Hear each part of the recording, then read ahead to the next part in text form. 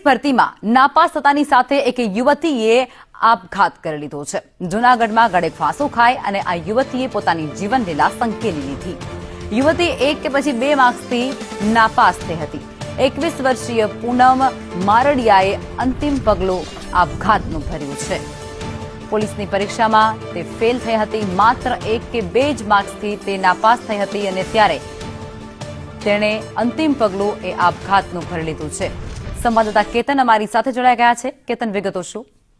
ચોક્કસ કે જે રીતે મૃતક પૂનમ મારડિયા કરીને છે તે પોલીસ ભરતીની તૈયારી કરતી હતી અને પોલીસ ભરતીમાં તે 1 કે 2 માર્ક્સથી નાપાસ થતા તેને લાગી આવ્યું હતું। છેલ્લા ઘણા સમયથી તે ગુમસુમ રહેતી હતી અને તેને અંતિમ પગલું ભર્યું છે। ગળા ફાંસો ખાઈને પોતાના જ ઘરે આપઘાત કરી લીધો છે। આ સમગ્ર બાબતને લઈને જૂનાગઢ તાલુકા પોલીસ સ્ટેશન દ્વારા તપાસ શરૂ કરવામાં આવી છે।